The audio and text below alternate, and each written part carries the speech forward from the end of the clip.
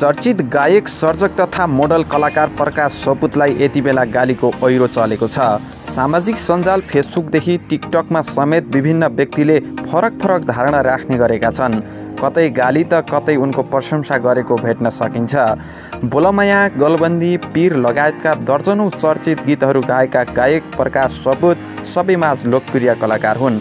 सञ्चारकर्मदेखि गायक, सर्जक तथा मोडलमा सफलता पाएका उनी फिल्मको हिरो अर्थात् नायक बन्ने दौडमा छन्। आफैले निर्माण गरेको नेपाली चलचित्र बसन्त फिल्म रिलिजको 1 महिना अगावै अर्थात् बसन्त फिल्म यही मिति 2081 चैत्र 22 गते प्रदर्शनमा आउँदैछ। फिल्म रिलिजको तयारीमा रहेका प्रकाशमाथि किन गालीको ओहिरो लागिरहेको छ? विषय फिल्मको होइन, खास विषय हो प्रकाश सपुतले आफ्नो व्यक्तिगत तवरबाट नेपालका बहालवाला सम्माननीय प्रधानमन्त्री खड्गप्रसाद ओली उर्फ केपी ओली अथवा लोकप्रिय केपी बालाई प्रशंसा गरेको विषयमा अहिले उनीमाथि तथानाम गाली गलौजको ओहिरो सामाजिक सञ्जालमा आइरहेको छ। तर सपुत यसबारे केही बोलेका छैनन्। यो भिडियोमा उनको व्यक्तिगत कुरालाई दर्शाइएको छैन। लोकतन्त्रमा बोल्न पाइन्छ, कसैलाई व्यक्तिगत हिसाबले आफ्नो विचार व्यक्त गर्न पाइन्छ। विचार कसैलाई मन पर्न सक्ला, कसैलाई नपर्न पनि हो। एउटा कलाकारको हिसाबले प्रधानमन्त्री केपी शर्मा ओलीलाई उनको पार्टीगत हिसाबले नभई ओलीको व्यक्तिगत हिसाबले प्रशंसा गरेका थिए सपुतले। तर उनको प्रशंसालाई मसला बनाएर सामाजिक सञ्जालमा उनलाई तथानाम गाली गलौज किन? सामाजिक सञ्जालमा जे भएको हो त्यो मात्र देखाइएको छ।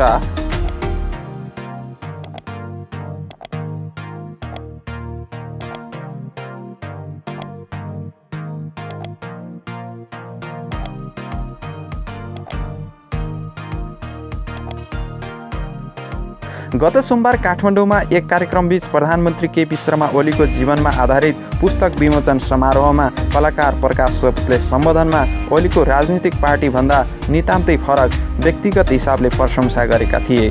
ओलीलाई प्रशंसा गरेका सपुत अहिले आलोचनामा परिरहेका छन्। आखिर के भनेका थिए प्रकाश सपुतले? हेर्नुहोस् यो भिडियो।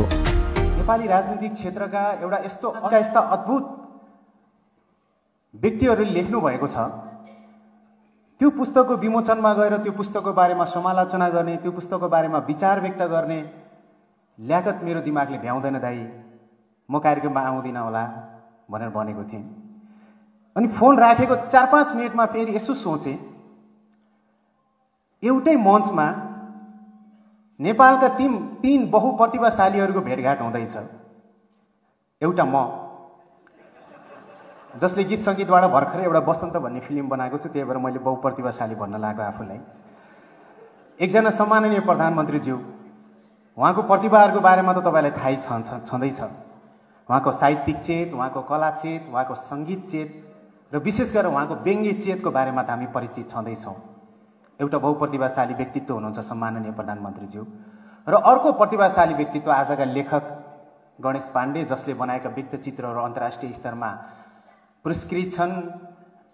2-4वटा म्युजिक भिडियोमा मलाई खेलाउनु भएको छ, खै के जोस चलेर हो। कहिलेकाहीँ फोन गरेर भाइ एउटा गीत बनाउनु पर्यो भनेर गीतको कुरा पनि गर्नुहुन्छ।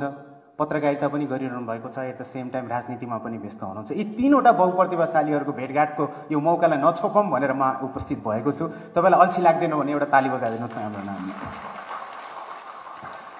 एकैछिन मैले किताबमा लेख्न पाइनँ, तर मैले केही लेख्छु भनेर नोट चाहिँ गरेको थिएँ। र मैले सम्माननीय प्रधानमन्त्रीज्यू केपी शर्मा ओलीज्यूलाई मैले राजनीति व्यक्तिको रूपमा भन्दा पनि उहाँको व्यक्तिगत जुन ग्राफ छ, व्यक्तिगत जुन सङ्घर्ष छ, जुन यात्रा छ, त्यो देख्दाखेरि चाहिँ मलाई विचित्रै लाग्छ। म एउटा नयाँ पुस्ताको युवा भएको हिसाबले मैले एक बारको जिन्दगीमा कम्तीमा पनि यतिको सपना देख्न सक्नुपर्छ, यतिको सङ्घर्ष गर्न सक्नुपर्छ। एक बारको जिन्दगीमा यति धेरै रङहरू पनि बाँच्न सम्भव छ, यति धेरै परिवर्तनहरू गर्न र परिवर्तनहरू देख्न सम्भव छ, यति धेरै प्रगति गर्न सम्भव छ। तेह्रथुमको कुनै गाउँबाट आएर सर्वोच्च निकायको नेपालको कार्यकारी प्रधानमन्त्री हुन सम्भव छ भन्ने एउटा अरू कुराहरू छोडौँ, अरू राजनीतिक यात्राहरूको कुराहरू, विचारको कुराहरू, उहाँहरूको कम्युनिस्ट आन्दोलनको कुराहरू, अहिले कार्यकारी भएर देश चलाउने कुराहरू छोडेर एउटा व्यक्तिगत रूपमा केपी शर्मा ओलीलाई हेर्ने हो भने पनि हामीले, हाम्रो समयका युवाहरूले र अलिकति निराश बाआमालाई गरिब देखाएर गाउँको भेगमा जन्मिए भनेर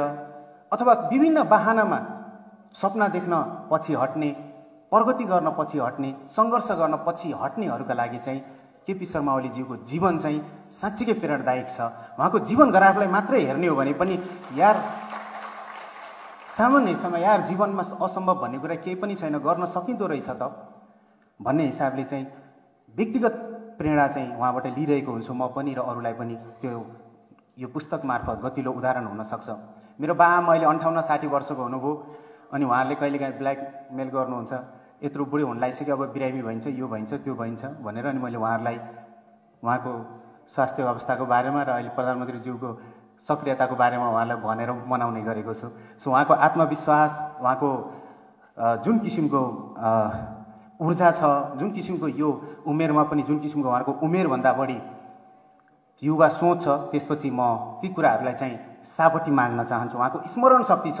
मैले 3 चोटि भेटेँ र 3 चोटि भेट्दाखेरि मैले 3वटा गीत निकालेको थिएँ उहाँसँग बालुवाटारमा लेख लिँदाखेरि। उहाँलाई 3वटै गीत याद रहेछ।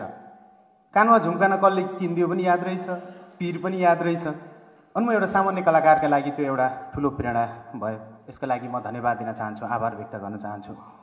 एकपटक गणेश पाण्डे दाईसँग लमजुङमा भेट भएको थियो मेरो।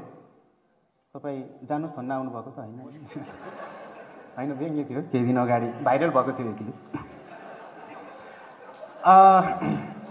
एकपटक गणेश पाण्डे दाईसँग लमजुङमा भेट भएको थियो अनि म त्यतिखेर भर्खर आफ्नो कलाकारिता सुरुवात गरेको थिएँ। अनि स्टेजबाट भर्खर गीत गाएर मलाई कसैले पनि चिन्दैन थियो। म एकजना कलाकारको पछि लागेर स्टेजमा गाउन पाइन्छ भनेर गएको थिएँ। अनि स्टेजबाट झर्ने बेलामा चाहिँ गणेश दाईले तिमी राम्रो गाउने रहेछौ, तिमी लामो रिसको घोडा हुन्छौ है प्रकाश भाइ भनेर मलाई धाप मार्नु भएको थियो। गणेश दाई मलाई म जुन समाजमा हुर्केँ, जुन समयमा हुर्केँ, मलाई घोडाहरूभन्दा खच्चडहरू मन पर्थ्यो। म जन्मिँदै गर्दाखेरि मलाई घोडा र घोडा चढ्ने मान्छेहरू खराब लाग्थ्यो, शासकहरू लाग्थ्यो। तर खच्चड खेद्नेहरू र खच्चड खेद्नेहरूले बोकेर आउने रातो पर्चाहरू, सूर्य अङ्कित, तारा अङ्कित, कलम अङ्कित, हँसिया हथौडा अङ्कित पर्चाहरू प्रिय लाग्थ्यो। र मैले धेरै पछि थाहा पाएँ ती पर्चाहरू, ती विचारहरू कुनै जेलमा बसेर, कुनै कुनामा बसेर, जेलनेल सहेर, कुनै भूमिगत बसेर केपी शर्मा ओलीज्यूहरूले बनाउनु भएको रहेछ र यो परिवर्तनको लागि यो भूमिका उहाँको रहेछ भन्ने कुरा चाहिँ मैले धेरै पछि थाहा पाएँ। र जब थाहा पाएँ मैले उहाँ र उहाँको पुस्तालाई, नयाँ पुस्ताको आज हामीले जुन नयाँ व्यवस्था पाएका छौँ, जुन वाक स्वतन्त्रता पाएका छौँ, जुन नयाँ समृद्धिको सपना देख्न पाएका छौँ, उहाँ र उहाँहरूको पुस्ताको यो योगदानको लागि म यो पुस्ताको भएको हिसाबले मनैबाट आभार व्यक्त गर्न चाहन्छु। तर एट द सेम टाइम हामीले हाम्रो जीवन बाँच्नु छ, नयाँ समयअनुसार बाँच्नु छ। तपाईँहरूले अब गर्ने कार्यशैलीहरू म उहाँ मार्फत सबै त्यो समयमा परिवर्तनमा योगदान गरेका नेताहरूलाई भन्न चाहन्छु कि तपाईँहरूले जुन यो व्यवस्था परिवर्तनका लागि योगदान पुर्याउनु भएको छ, तपाईँहरूको अबको कार्यशैलीले चाहिँ म जस्ता युवाहरूमा जुन किसिमको छाप छ तपाईँहरूलाई लिएर, यो उहाँहरूले गर्दा नै हामी यहाँ छौँ, यो देश यहाँ अवस्थामा छ, यो देशको परिवर्तन उहाँले गर्दा सम्भव भएको हो भन्ने जुन किसिमको केपी शर्मा ओलीज्यूहरूको इमेज मेरो दिमागमा छ, त्यो कहिले पनि परिवर्तन नहोस्, झन् बढ्दै बढ्दै जाओस् र तपाईँहरूको योगदान, तपाईँहरूको आगामी कार्यशैलीले फितलो नहोस्, यही शुभकामना दिन चाहन्छु। मञ्चको लागि धन्यवाद।